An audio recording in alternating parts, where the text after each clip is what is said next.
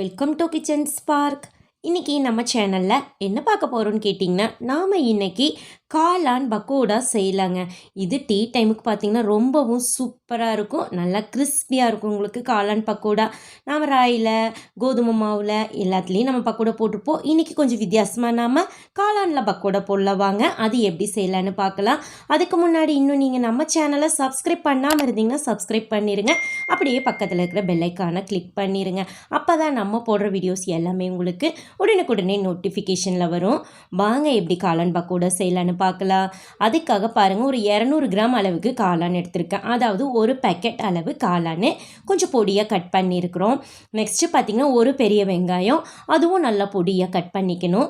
Next பார்த்திங்கன்னா ஒரு teaspoon அளவுக்கு முழு சோம்பு எடுத்துக்கலாங்க, அப்போ தான் நல்லா வாசனையாக இருக்கும் உங்களுக்கு. நெக்ஸ்ட்டு பார்த்திங்கன்னா ஒரு 3 பச்சை மிளகாய் கொஞ்சம் பொடியாக கட் பண்ணிக்கலாங்க.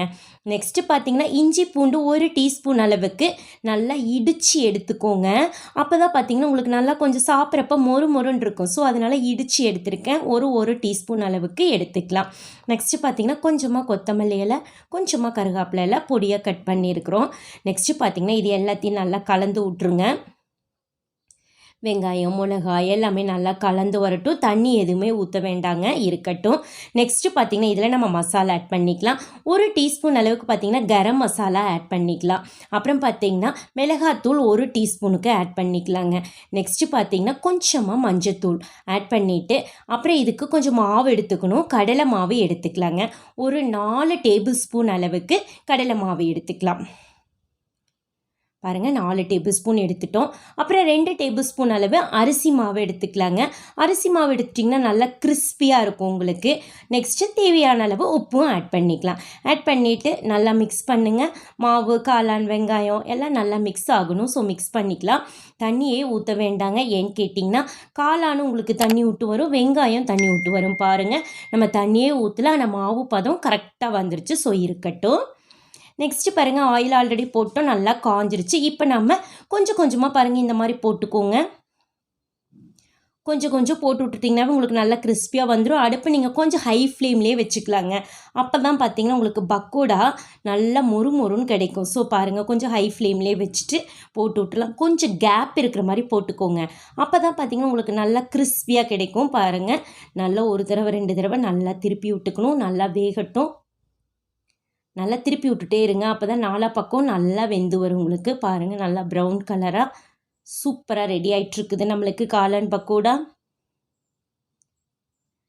பாருங்கள், காளான் பக்கோடா இப்போ நல்லா வெந்து வந்துருச்சுங்க, எடுத்துக்கலாம். பாருங்கள், ரொம்ப சீக்கிரமாகவே நாம் இந்த பக்கோடா ரெடி பண்ணிக்கலாங்க. டீ போடுற நேரத்தில் இந்த பக்கோடா நம்ம ரெடி பண்ணிக்கலாம். அவ்வளோ சீக்கிரமாக ரெடி பண்ணுறது தான். பாருங்கள், எல்லாத்தையும் எடுத்துக்கலாம். பாருங்கள், பார்த்தாவே சாப்பிடணும் போல் இருக்குது. பக்கோடா அவ்வளோ சூப்பராக நல்லா கிறிஸ்பியாக வந்திருக்கு. இருக்கிற மாவு எல்லாத்தையும் பாருங்கள் இந்த மாதிரி போட்டு எடுத்துக்கலாம். நல்லா இந்த மாதிரி போட்டு விட்டிங்கன்னா சீக்கிரமாகவே வெந்துடும். ஒரு தடவை 2 தடவை நல்லா திருப்பி விட்டுக்கணும். அடுப்பு ஹை ஃப்ளேம்லேயே வச்சுக்கலாம். இது நீங்கள் போடையில் பாருங்கள், போட்டாச்சு. நல்லா திருப்பி விட்ருங்க, வேகட்டும்.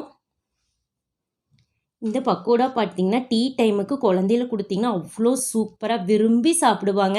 டெய்லி நம்ம ஏதோ ஒரு ஸ்நாக்ஸ் இருக்குது, இந்த மாதிரி காளான் வாங்கிட்டு வந்திங்கன்னா கொஞ்சம் வித்தியாசமாக பக்கோடா போட்டு கொடுங்க, சூப்பராக சாப்பிடுவாங்க.